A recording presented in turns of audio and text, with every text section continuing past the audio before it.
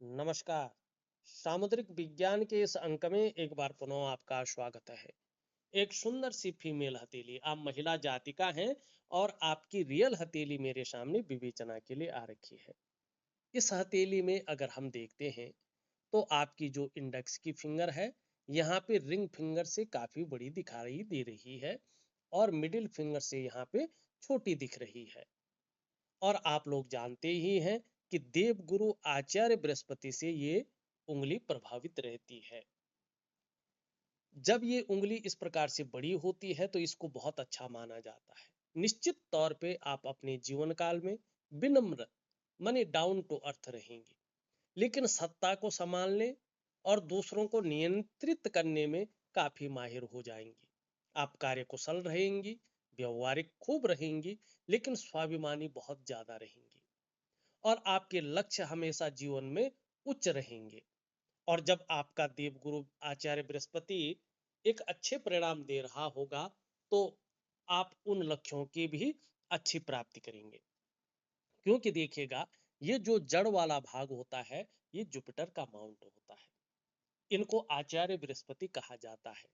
ये ज्ञान के आचार्य होते हैं, ये रीति रिवाजों के आचार्य हैं, ये कर्तव्यों के बोध के आचार्य हैं और जीवन में अनुशासन के आचार्य हैं।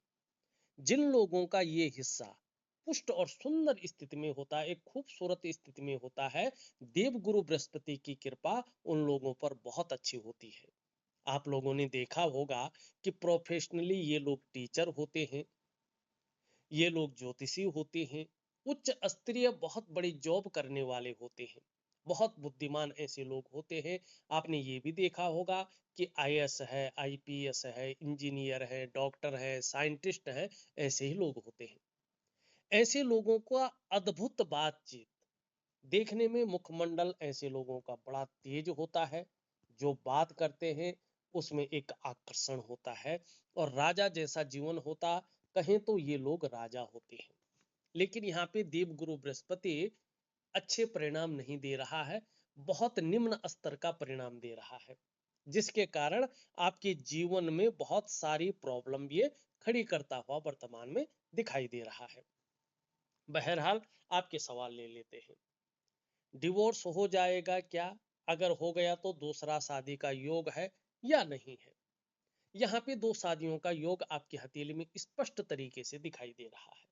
अगर हम देखेंगे तो यहाँ पे अगर देखेंगे तो ये दो रेखाएं आपको यहाँ दिखाई दे रही है और यूरिन की भी दोनों रेखाएं दिखाई दे रही है।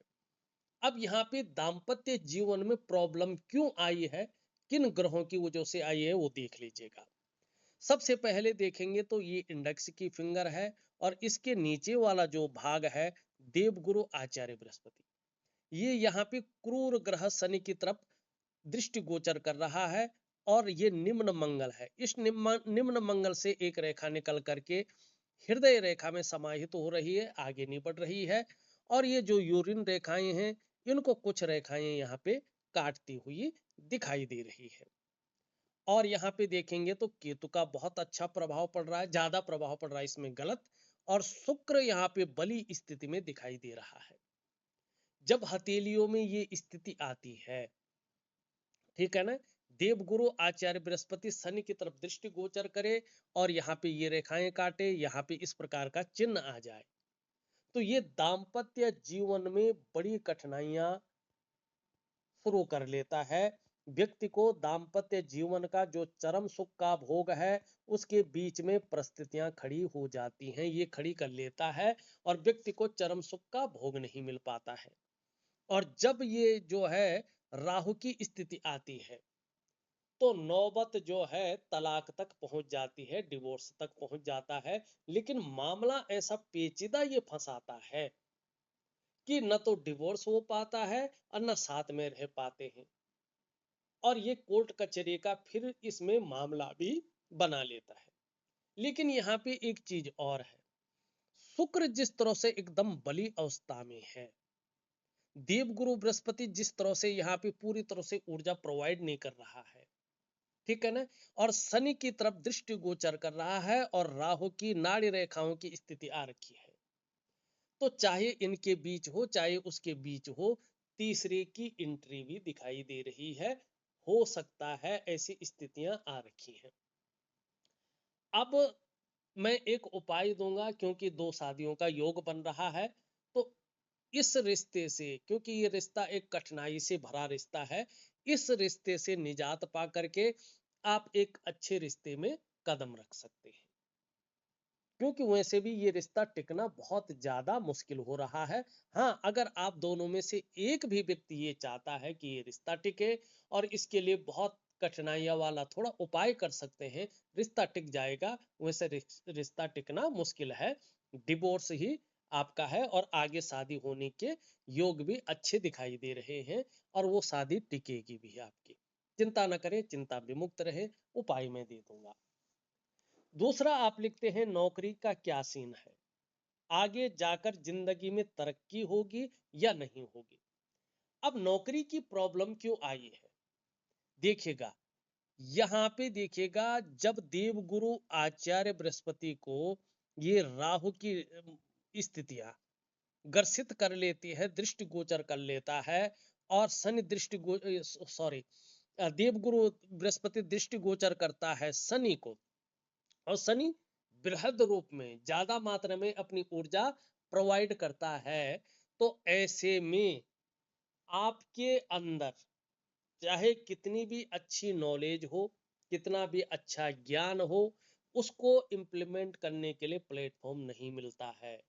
ये प्लेटफॉर्म को खत्म कर लेता है और जीवन से तरक्की को रोक लेता है। मानी व्यक्ति ऐसे में फिर एक मानी पार करके दूसरे ऑर्बिट में नहीं पहुंच पाता है। ठीक है ना, मार्ग जो होता है उसका, उसको पार करके दूसरे ऑर्बिट में नहीं पहुंच जाता है, ये तरक्की को रोक लेता है। वैवाहिक जीवन में तनाव उत्पन्न करता है। वैवाहिक जीवन का जो चरम सुख का भोग है, उसके बीच में ये परिस्थितियां खड़ी करता है। संतान को लेकर चिंताएं देता है। ऐसी स्थिति में पैतृक संपत्ति का लाभ नहीं मिल पाता है, और धन को लेके चिंताएं बढ़ा लेता है। धन की दिक्कतें बढ़ जाती हैं, और सभी प्रकार के जो सुख है, जो मानव जीवन के लिए बहुत जरूरी होते हैं, उन सुखों को ये दबा लेता है। और ऐसी स्थिति में व्यक्ति को एक सही रास्ता दिखाने वाला गुरु नहीं मिलता है, और कहीं ना कहीं जीवन में बहुत बड़ा संघर्ष ऐसे में करना पड़ता है। व्यक्ति अपने आप को अकेला महसूस करता है।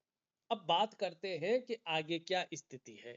देखिएगा, आगे की स्थिति अगर हम देखेंगे, तो यहाँ पे एक बहुत शानदार चिन्ह बन रहा है आपका। आप देख रहे हैं किस पे बन रहा है, ये सूर्य पर बन रहा है। सूर्य पे मछली का चिन्ह बन रहा है।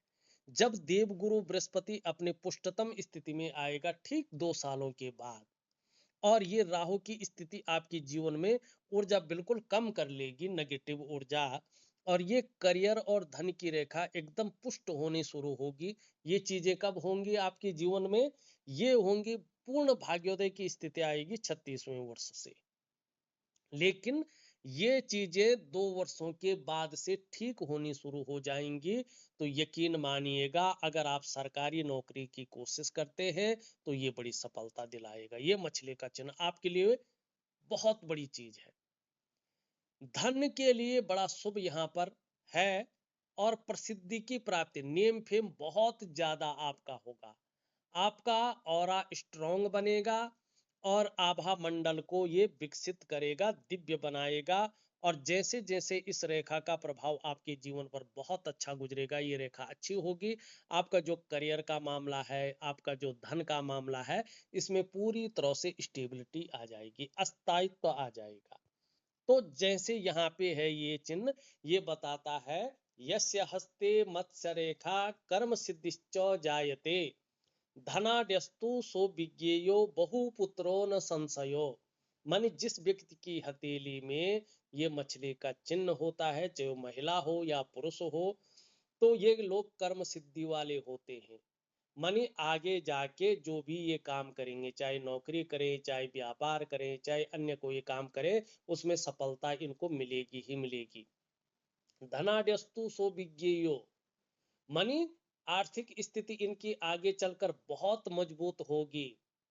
और बहुपुत्रो न संशयो, अगर ये चाहेंगे तो इनको अपने दाम्पत्य जीवन का चरम सुख मिलेगा और कहीं न कहीं संतान सुख भी इनको मिलना ही मिलना है, इसमें कोई दो राय नहीं है। तो कुल मिला के बात करें तो आगे के लिए हथेली आपकी बहुत अच्छी है। अभी 2 वर्षों तक थोड़ी सी आपको कठिनाइयों का सामना जरूर करना पड़ेगा। उपाय विधिवत तरीके से करेंगे तो आपको बहुत अच्छा लाभ होगा। मैं बहुत अच्छे उपाय आपके व्हाट्सएप नंबर पर भेज रहा हूँ। तो इस अंक में बस इतना ही। एक नए अंक के साथ पुनः उपस्थित होऊंगा, तब तक के लिए नमस्कार।